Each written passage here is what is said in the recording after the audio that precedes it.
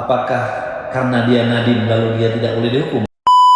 Pak Bel, kalau tadi kan itu kasus yang sedang dalam penyelidikan, kan? Ini ada kasus yang sudah selesai, sudah inkrah, itu sudah keluar putusannya, itu kasus Pak Nadiem.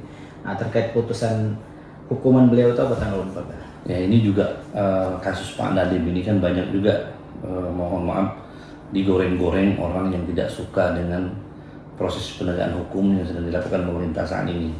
Intinya Nadiem itu dianggap orang yang berjasa, sudah membuat aplikasi startup Gojek ya. Dan sudah menciptakan ratusan ribu lapangan kerja dan lain sebagainya.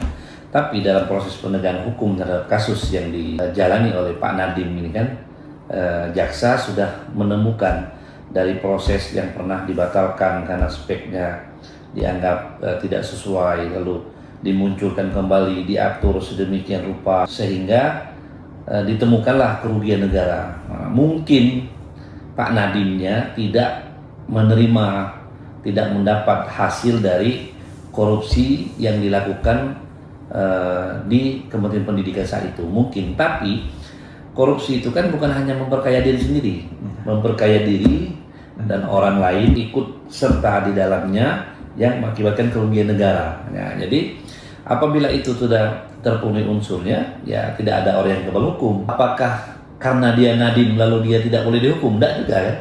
Apakah karena dia sudah membuat ratusan ribu lapangan kerja dari Gojek lalu dia dipengecualikan dari kesalahan dia melakukan korupsi memperkaya orang lain? Tidak juga kan? Jadi intinya tidak ada yang kebal hukum. Jangan mentang-mentang dia Nadiem lalu ada pengecualian hukum.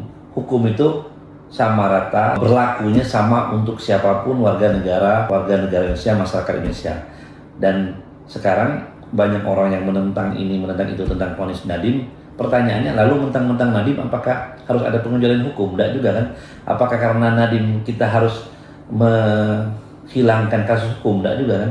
Apakah karena Nadiem kita harus menganggap korupsi itu bukan kejahatan? Tidak juga kan? Jadi intinya vonis yang dijalani Nadiem sekarang, walaupun dia seorang Nadiem, ya itulah kalau orang sudah melakukan korupsi, merugikan negara, memperkaya diri dan orang lain, Nadiem sekalipun sama di mata hukum. Ini zaman Pak Prabowo, itulah hukum yang sebenarnya.